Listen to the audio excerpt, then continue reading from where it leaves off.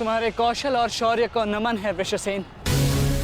अनुमान नहीं था कि कौरव सेना में ऐसे कुशल योद्धा से सामना होगा। सूर्यास्त में समय अभी शेष है अभिमन्यु, और हमारे तुनीरों में बाण नहीं। तो समय व्यर्थ ना करते हुए द्वंद्व आरंभ करें। तो मैं प्रस्तुत हूं योद्धा।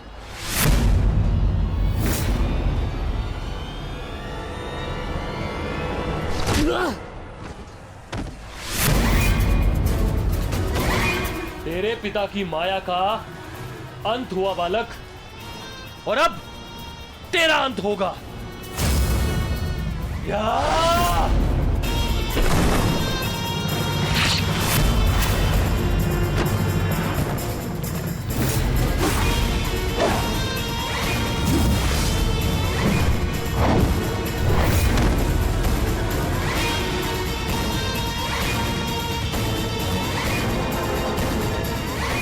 हार तब नहीं होती जब मनुष्य पराजित होता है। हार तब होती है जब वो हार मान जाता है। हार मत स्वीकारना पुत्र। इस कुरुक्षेत्र की भूमि को, इस महाभारत के युद्ध को तुम्हारी आवश्यकता है। अभी बहुत द्वंद्व शेष है। उठो, अपने क्रोध को, अपने साहस को, अपने विश्वास को एकत्रित करो। उठो और युद्ध करो। उठो पुत्र, उठो पुत्र, उठो पुत्र।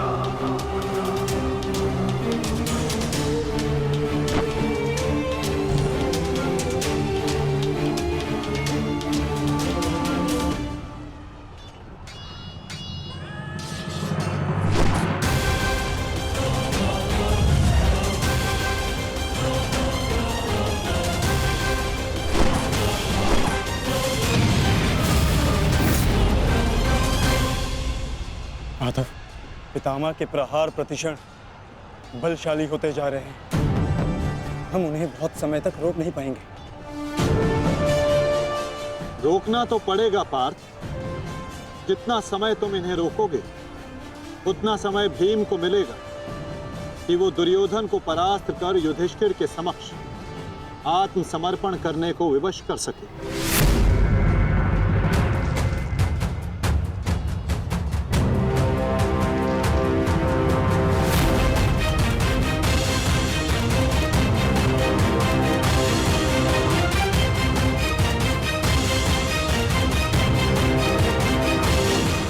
दुर्योधन, ये युद्ध भूमि है, कोई रंग भूमि नहीं कि औरों के द्वंद्व का तुम आनंद उठा सको। क्यों दुर्योधन, कायरों की भांति क्यों खड़े हो? आओ और आकर मुझसे युद्ध करो।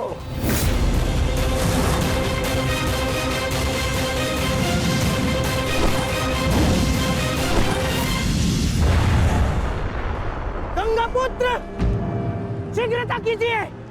अर्जुन आपको द्वंद्व में उलझा रहा है। इधर भीम दुर्योधन की ओर बढ़ रहा है। महामहिम, कुछ कीजिए।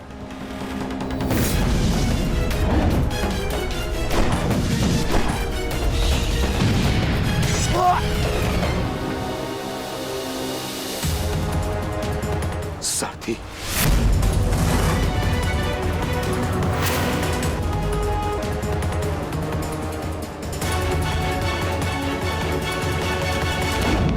सावधान अर्जुन। या तो तुम युद्ध करना भूल गए हो, या फिर तुम्हें युद्ध करने का साहस नहीं है। दुर्योधन, नहीं नहीं दुर्योधन, भीम तुम्हें उकसा रहा है। द्वंद्व में मत फंसना। उचित कहा मामाश्री। मेमनों के आखेट के लिए से आगे नहीं बढ़ते। बस होके भीम के लिए तो मेरी कलिंग की सेना ही पर्याप्त है। कलंक के वीरों, आक्रमण करो और इसको बंदी बना लो। जाओ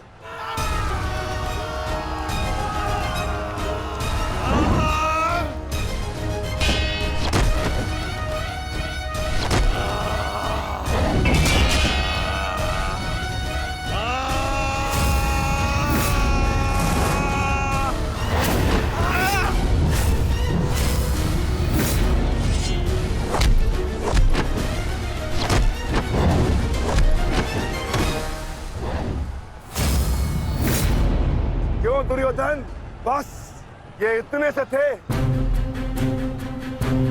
अरे इनसे तो युद्ध करके मेरे हाथ पैर भी नहीं खुले।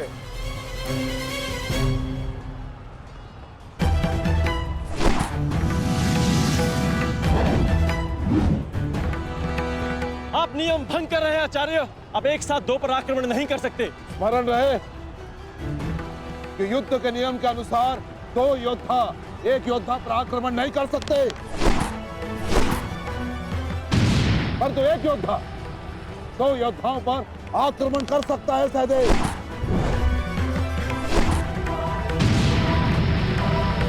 क्या करें नकुल, कुछ करना होगा। हमें गुरु दौड़ को रोककर अधिक से अधिक समय भ्राता भीम को देना होगा। युद्ध सभा में चीख चीख कर अपने पौरुष का बखान करने वाले एक नपुंसक के भांति क्यों खड़े हो? अब किसे लाओगे अपनी ढाल बनाकर? ये विकोदर भीम तुम्हारी हर ढाल को तोड़कर तुम्हारा अंत करेगा। मैं तुम्हारे प्राण लेकर रहूंगा कायर दुर्योधन।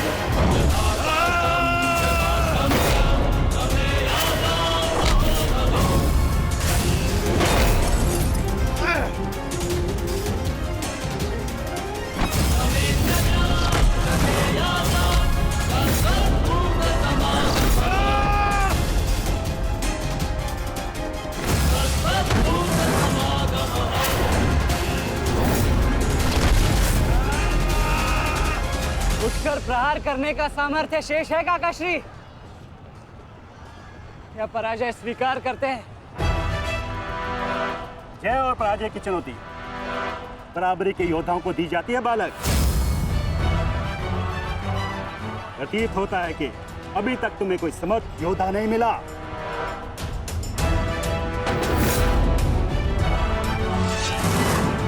मैं शब्दों के बाण नहीं चलाता नानाश्री। अच्छा, तो युद्ध करो या समर्पण करो।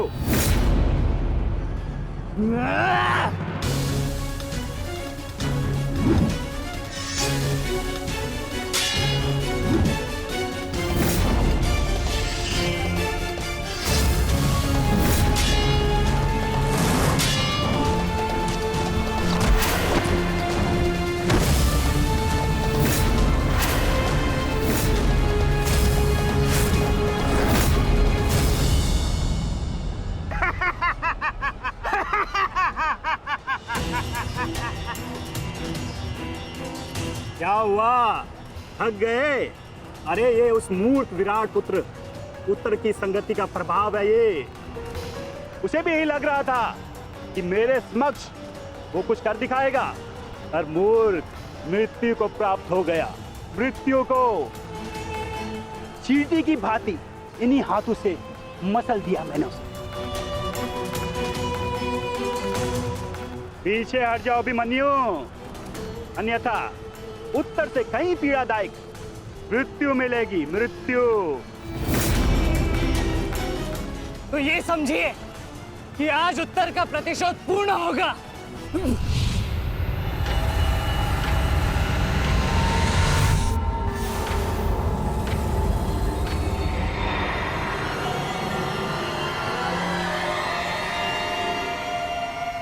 ऐसे मूर्खता कर रहे हो अभिमन्यु? मेरी शक्तियों के बारे में ज्ञात नहीं है। शत्रु का क्रोध मुझे और बलशाली बनाता है, बलशाली।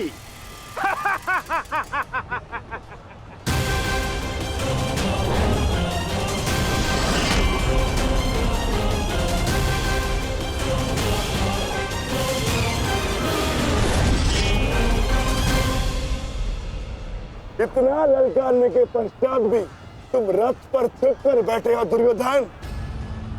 मैं भी कैसा मूर्ख हूं, एक नपुंसक के वध की प्रतिज्ञा कर बैठा। आज तुमने यह सिद्ध कर दिया कि तुम एक क्षत्रिय नहीं बल्कि एक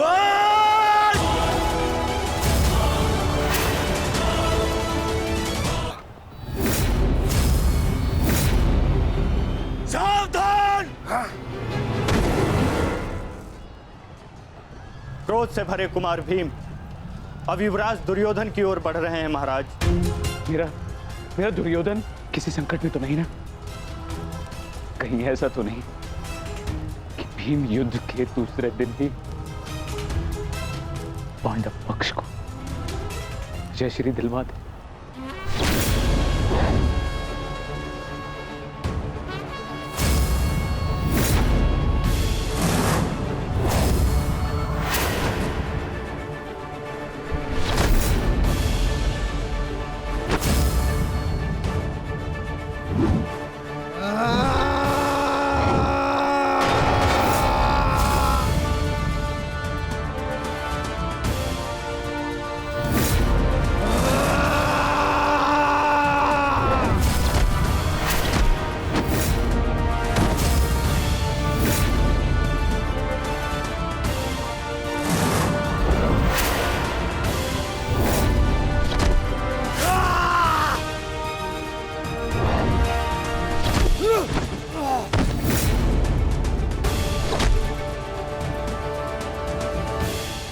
दुर्योधन मारो!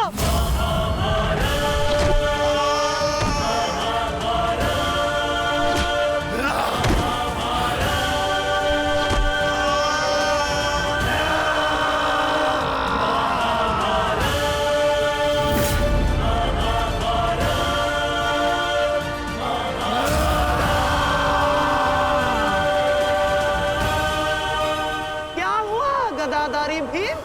अब दिखाओ तुम्हारा पौरुषत्व। या कहो तो हस्तिनापुर की स्त्रियों से आभूषण लाके तुम्हें पहना दूं? क्या हुआ? युद्ध बातों से नहीं बल से जीता जाता है। शरीर जैसे शरीर में थोड़ा सा भी साहस बचा है, क्रोध और प्रहार कर मुझ पर। अरे ये क्या पहचानेगा अपनी शक्ति को? इसे कैसे मैंने वस्त्र और आभूषण रहित करके उन आंसुओं के मत्थे बिठा दिया था मैंने।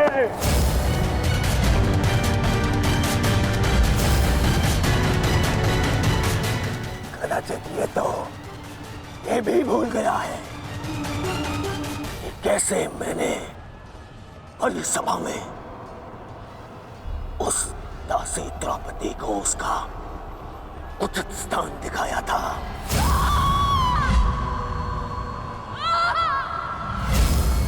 आओ दासी द्रौपदी, आकर मेरी गंगा में बैठो। आओ! वस्त्र हरण करो इस दासी का।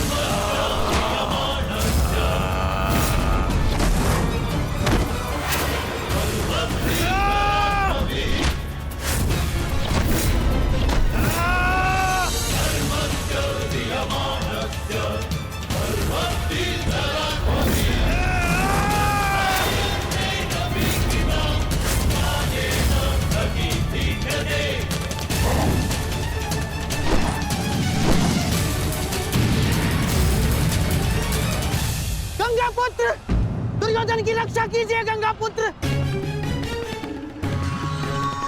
महामहिम, ये क्या कर रहे हैं आप? अपने वचन को पूर्ण कीजिए।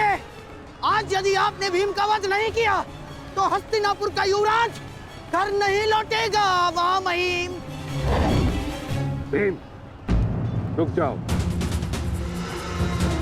दूर हो जाओ दुर्योधन से, अन्यथा मुझे तुम्हारा वध करना होगा।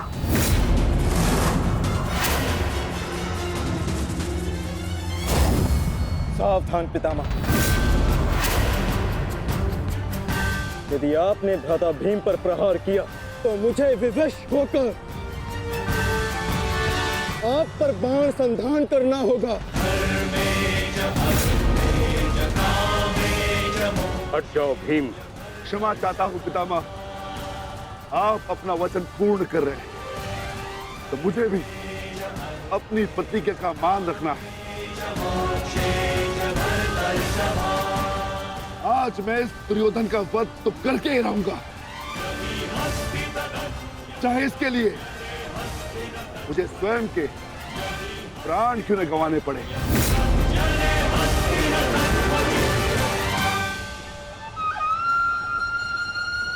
स्वयं के प्राण गंवा सकते हो भीम, परंतु क्या अपने दोनों भ्राताओं को इस आहुति में झोंक दोगे तुम? तुम्हारी इस भूल का फल नकुल और सहदेव को भुगतना होगा भीम। जरा देखो उधर।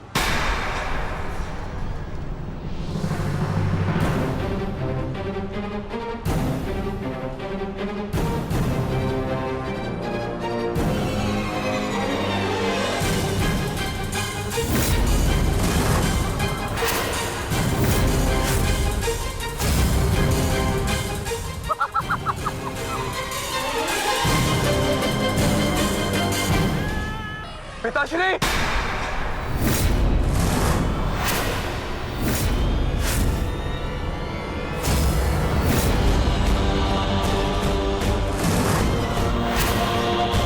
शस्त्र को नीचे करिए द्रोण, अन्यथा सदैव के लिए पुत्र से हाथ खो बैठोगे।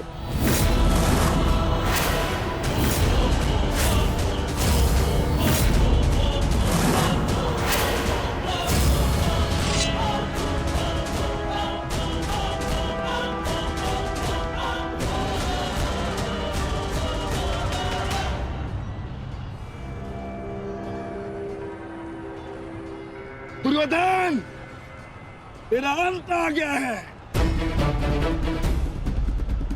तुम्हारे पास दो विकल्प शेष है दुर्योधन, या तो देश युधिष्ठिर के समक्ष आत्मसमर्पण करो, अपनी सेना को पीछे हटने का आदेश दो, या फिर अपने प्राण यमराज को समर्पित करो।